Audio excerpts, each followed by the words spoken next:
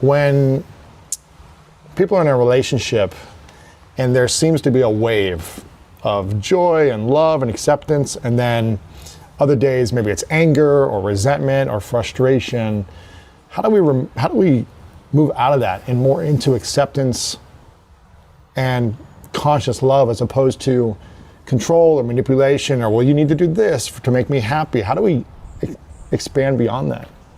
See, first of all, you must decide, is your life in pursuit of happiness or is it an expression of joy? Is it in the pursuit of happiness or expression of joy? Tell me, in your life, when you're expressing your joy, was that the best moment? Or when you're pursuing happiness, was that the best moment? The joy. Yes. So why is it that you have not done that? Because you still believe there is joy in this tree and you can squeeze it out. There is joy in this man or woman that you can squeeze it out. You bring them and then you expect relationship to be great. It will not be, you're bringing them out so that juice of joy will come to you or love will come to you. No, love is not something that you do. Love is something that you can become, it's your quality. If your mind is in a certain way, it's joyful. If your emotions are in a certain way, it's loving. This is the quality of sweetness of body. If your body becomes sweet and pleasant, it's called health and pleasure. If your mind becomes very pleasant, it's called peacefulness and joyfulness. If your emotions become pleasant, it's called love and compassion. If your very life energy becomes pleasant, it is called blissfulness and ecstasy. Only if your surroundings become pleasant, it's called success. Only to achieve success, you need competence, you need cooperation, you need help from other people, all right? Because without all of them cooperating, there will be no success. Right now, these guys must cooperate, otherwise this shoot is not going to go well, all right? But even if these guys don't shoot well, we can still be joyful. They cannot stop us. No, we can be joyful, yeah. Yes, they cannot stop us. But for the shoot to go well, they need to cooperate. If they don't cooperate, the situation will not go well. Right. For the success of this situation, you need the cooperation of all these people. But for my body, for my mind, for my emotion and my energies to feel pleasant, I don't need anybody's cooperation, this is 100% my business. So right now, to experience love within you, you're asking somebody to be in a certain way. Oh, all the best. You're going to have a trip. Is that why you think most marriages go through divorce, because it's more of needing the other person to support you in feeling a certain way? See, suppose you cannot walk without a crutch, you know? Without a crutch you cannot walk. Right. Then next moment you go and say to somebody, some pretty woman, I cannot live without you. Between the crutch and her, what is the difference, I'm asking? One is a physical crutch, another is an emotional and psychological crutch, isn't it? Yeah. So essentially you have crippled yourself. This life is a complete life by itself. If this is a complete life, it's joyful, loving, wonderful by its own nature. Now, when it's feeling so wonderful, it may want to share this wonderfulness with people around. You can share this with thousands of people, but you also want a more intimate sharing to happen. For that you need one person. So if it's about you expressing your joy and love to somebody and you find that person, you think that person is going to run away from you? No. No, you want to squeeze them for love and joy. Initially they drip, afterwards sometime they're dry. Yeah. Because you squeeze them too much. Yeah. For the people watching or listening who might be saying, you know what, I've struggled in my relationships, I don't have financial abundance, I'm struggling financially, out of shape, struggling in my health and wellness, and they're wondering how they can use karma, in a sense, to support them to create more abundance, financial abundance, spiritual abundance, relationship abundance, health and well-being. Or maybe they've been thinking, well, maybe karma's been against me, and that way of thinking. How can they start to think differently to apply these principles? You're setting up all the wrong goals. What should the goals be? Simply this. See, right now, if you, instead of philosophizing, reading scriptures, reading self-help books, all this, just pay attention to the trees around here. What are they doing? Being. No. They have no capability to be. They're not called beings, only you call being, human being you are. They're not, that's just a tree. It's a wonderful tree. What is it doing? Beneath the ground it's fighting, all right? What is it fighting for? Is this maple tree trying to produce apples? No. No. It is just trying to be the best possible maple tree it can be. It is not trying to produce apples. Definitely I don't see any coconuts up there, all right? Right. This is all. As a human being, you must see how this life can blossom into its fullest. If it blossoms to its fullest, somebody may become rich with money, for somebody may become intelligent, somebody may become knowledgeable, somebody may become loving, somebody may become an artist, somebody may just wander. But a fully blossomed human being is a joy to see, no matter what the hell they're doing or what they're not doing. Whichever way they're an asset to whole humanity. Instead of doing that, you want… for example, you said abundance in economic terms. What is your idea of abundance in economic terms? Jeff Bezos, is it? Me personally, that's not it, but you mean having enough to be able to do what you want, not feeling like you're a slave to paying your bills. No, or I'm things not like that. insulting anybody. I'm Right, just right. saying right now, Yeah. everybody's saying he's the richest gotta- man in yeah, the world or of course. whatever. So what is your idea of abundance? $200 billion of personal wealth? I'm asking, are you up to it? 200 billion for me? Yeah, why not? That's not my definition of abundance, but that What is it? that 2 is- billion? Probably over… I guess it depends on what age I am.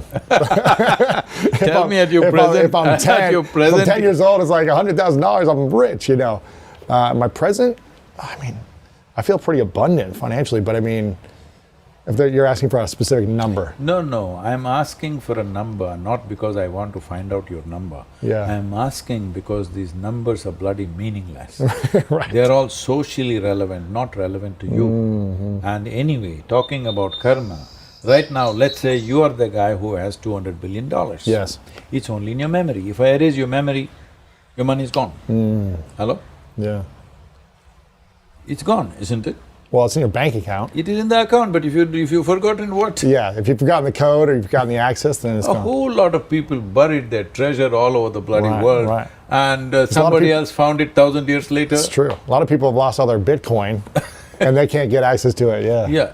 So, all these issues are there, but the important thing is, why do you want affluence? Let me put the word Yes. abundance as affluence. Okay. An individual person wants affluence. A society wants affluence, a nation wants affluence, everybody is striving for that. Why? Because initially it means a choice of nourishment. A choice of nourishment. Yes, if you have money, you can eat what you want. Initially that's the goal. Yes. If it goes beyond that, after you eat everything you want to eat, next thing is a choice of lifestyle. Yes. Now, for example, United States of America has the highest choice of nourishment choices, highest level of nourishment choices, highest level of lifestyle choices, all right? But you're spending 3.25 trillion on healthcare. Right. Oh, wonderful, that's big… that is larger than India's economy. Really? For 1.4 billion people, we don't have a $3.25 trillion economy, all right? So what is the abundance you're seeking? You want to destroy the planet, that's what you're saying. I'm not saying for me, I'm saying for people watching it, yeah. No, I'm saying this… the thing that you're thinking is because you're in California, your idea of abundance is here. If you're in Timbuktu, Right. your idea of abundance would be this, Right. all right? Of course. So I'm saying, do not think in terms of abundance, think in terms of a fulfillment of life. Yeah. If you are a fulfilled life, according to your competence, according to your capability, according to the times in which you live, you will do the appropriate thing. Right now, in pursuit of abundance, people are doing vulgar things. Two people are living in a 50-bedroom house. What's the point of this? Right. Can you sleep in 50 different places? No. Yeah. You can have everything that you can use well, but the important thing is, are you making arrangements of home, automobile, this, that, everything as a means to act in the world or as a means to enhance yourself? This you must decide. This is why I said the car advertisements are all talking about the leather, about the paneling, about this. Why? Because this is a way of enhancing yourself. Your car is little shinier than your neighbor's car and you're supposed to be better. I'm saying nothing makes you better, all right? Nothing makes you better. The only thing is, everything that you can be within yourself, are you or are you not? That's all. In our lives, if we do not do what we cannot do, there's no issue. If we do not do what we can do, we are a disaster. So, I'm saying, at least are you as joyful as you were when you were 5 years of age? At 35, 40, if you are not as joyful and as exuberant as a 5-year-old boy or girl that you were, obviously you're a disaster because you're not even square one. That was square one of your life when nothing was in your control, all right? You're not even in square one, you sunk deeper. That's a disastrous life. So we shouldn't be thinking abundance and finance or this or No, that. We those should be things thinking, will happen according to times, isn't it? Yeah. See, if you and me were here 10,000 years ago, I would definitely find an Indian cave because there are many. I don't know if you would have found one. Ohio has caves. Yes, it does, yes. You wouldn't have come to California, you would have found a big cave in Ohio or Yeah. gone to neighboring state of Kentucky and found a really massive cave out there, all right? I've been visiting all these caves. Yeah. So, Try to find some water, that's abundance, what yeah. would be your idea of abundance at that time, I'm asking? Yeah. So I'm saying, do Something not warm, think yeah. of abundance, because the moment you thought like that, that is what destroyed this planet massively. And now you're saying you want to be eco-friendly by driving an electric car. No, no. It is because fundamentally wrong thinking has come. Life has become about something else. Something else around you enhances you. No. The only way to enhance yourself is to bring this to its full blossoming of what it can be, at its fullest best, what it can be. What I am at my fullest, am I better than you? No, I'm just different. This tree, is it better than that tree? No. This is one way, that's another way. And that's why the world is so beautiful. If there was one more guy just like you in your house, could you live there? No. No. If there were 7 billion people just like you, could you live in this world? You No. would commit suicide, believe me. So how does someone know what their full potential is, of who they can truly be? See, if you don't fix yourself with limited identities, if you do not compare yourself with anything, if you explore and not… See, if you want this tree to grow to its fullest thing, that's why I said not the fruit, root. If you count the fruits, maybe that tree is bearing more fruit than this one. That's not the point. You nurture the root. The fullest possible nurture if you give to the root, what it has to become, it'll become. A blade of grass cannot become a tree. But is it not wonderful? Yeah. Is it not wonderful? You It's may step wonderful. on it, Yes. but is it not wonderful? Yeah. You mostly have the garden for grass, not for trees, actually. Right. So how do we nurture our inner roots and not focus on the fruit? See, as there is a science and technology to create the situations that we want in external situations, there is a whole science and technology to create inner situations the way we want. If you want to be nurtured, the first and foremost thing is, just look back and see, has there been 1 hours in your life, or many people that you know in your life, 1 hours that they passed without anxiety, without fear, without being agitated, nothing, simply at ease, 24 hours. 24 hours if you come to ease, believe me, your ability to use your mind and body may go up 100% Yeah. in 24 hours. Just ease. This has not come to people, they're not even at ease.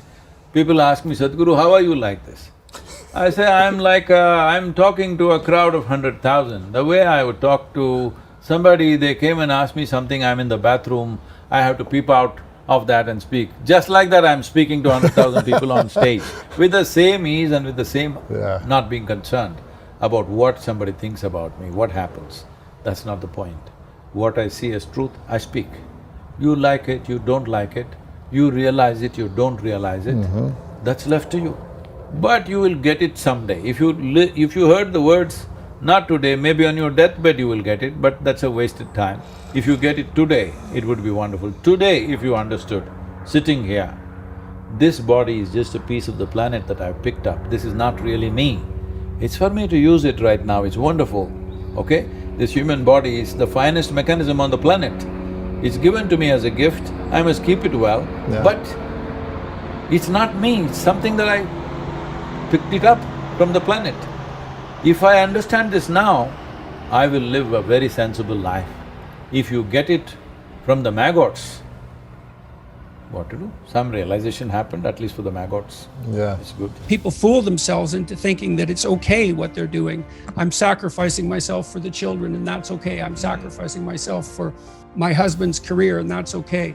I'm working at a job I can't stand because I need to support my wife and children and that's okay. I mean, sometimes that is okay, but it has to be out, clear, in the open, talked about.